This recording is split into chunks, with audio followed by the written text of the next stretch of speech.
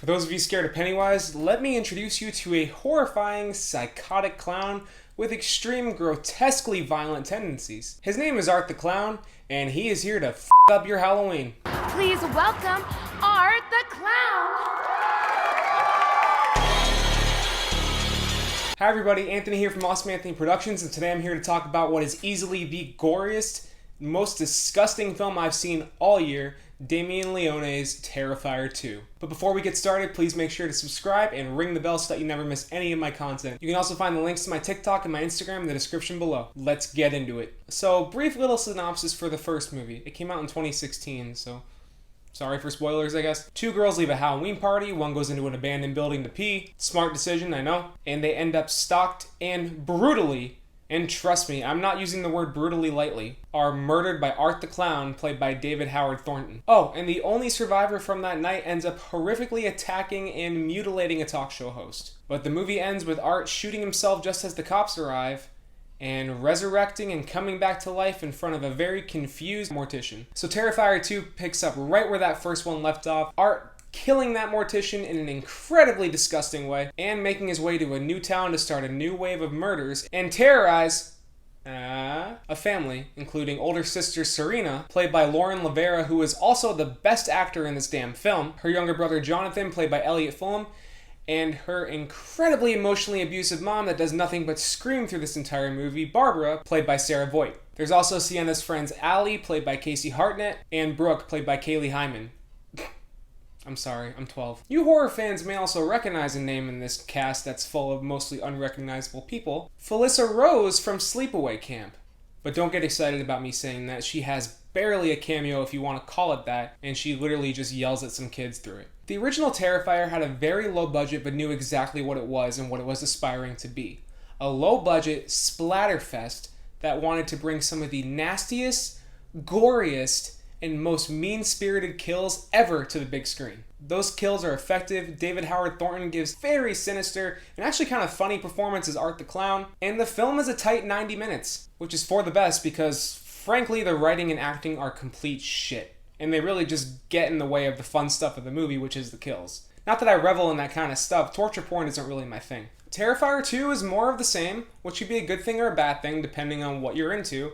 But it's also over an hour longer. That was the biggest thing that left me apprehensive about this movie before going in. Why the hell is Terrifier 2 2.5 hours long? Well, there is definitely a reason for that runtime. Sure, there's even more gore than the last one, and I'm sure the upped budget helped this, even though I think it was only like $250,000 or something. But there is also a ton of plot, backstory, and exposition that is given to the main character. A character that director Damien Leone has been obsessed with for years and has wanted to put into a project ever since he started filmmaking. And I think that obsession blinded him to what people wanted more of in this movie, which is art in the kills.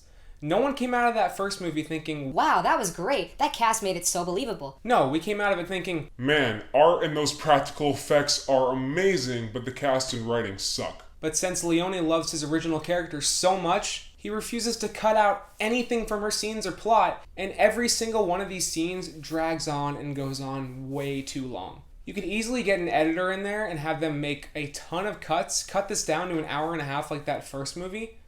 Okay, maybe 2 hours, but still, you wouldn't really lose any of what makes the movie effective, and you wouldn't lose any of the story either. You see, where the first Terrifier had only the most basic of plot to kick off the violence. What if that guy did this to your car?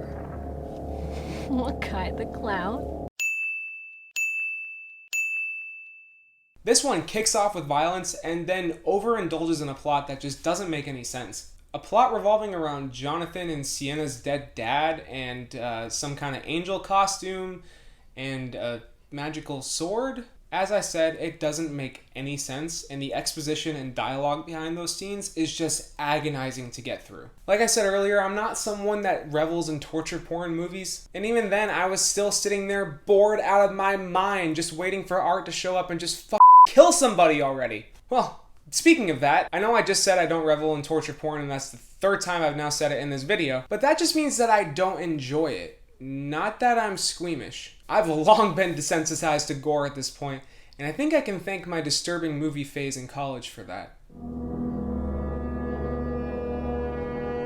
Anyway, I've long been desensitized to gore, and this movie still made me want to say, oh, God! Yeah, combined with David Howard Thornton's sadistic and actually kind of funny portrayal of Art the Clown and the depraved things that he does to his victims, the up-budget and the practical gore effects here are an absolute display of visceral nastiness that you can't look away from. Not like you have a choice, the camera never cuts away from the impact or the aftermath. That's where the movie shines for torture porn fans, though I can find an appreciation as someone who loves horror, thanks to the gore and Art's terrifying self, oh hey, I did it again, that really complement each other. Though the occasionally oversaturated or weirdly lit shot makes some of that blood and gore effects look really bright red and completely fake. But that's not really in that much of the movie because a lot of the kills take place in kind of like the dark or like a dimly lit area. And it looks pretty convincing through most of the movie and is a really good throwback to classic grindhouse horror movies. But yeah, man, if they didn't have that completely unnecessary extra hour with that weak and nonsensical plot concerning the director's favorite character ever, I definitely would have loved this movie more. But that plot and extra runtime are filled up with agonizingly long scenes acted by actors who are basically at a community theater level. We're gonna have fun. Stress-free environment. Yep. And regardless of how much cheese you expect from a film like this, there's only so long it could go on before you want to start beating your head against the wall. It's a shame, because if they would have tightened this up, this really could have been a great, sadistic, grindhouse horror movie, but there was just too much of the runtime that's completely boring. It's alright though, and it's definitely worth a watch at home, whether you're streaming it or buying it on Blu-ray. I recommend whatever, because you can skip through those boring scenes and see the truly horrific and disgusting things that the crew behind this movie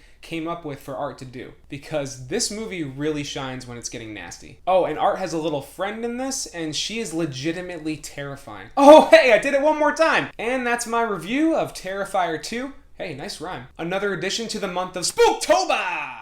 Thank you so much for watching, everybody. I've been Anthony from Awesome Anthony Productions, and if you like this review, you know exactly what to do. Go ahead and subscribe, leave a like, ring the bell so that you never miss any of my content. You can also find the links to my Instagram and my TikTok in the description below. And while you're at it, you can click on these cards here. They'll take you to my review of Halloween Ends, or over to my channel where you can view my reviews, my shorts, and my old shit. Thanks for watching, everybody, and I'll see you next week for my review of Black Adam. See ya!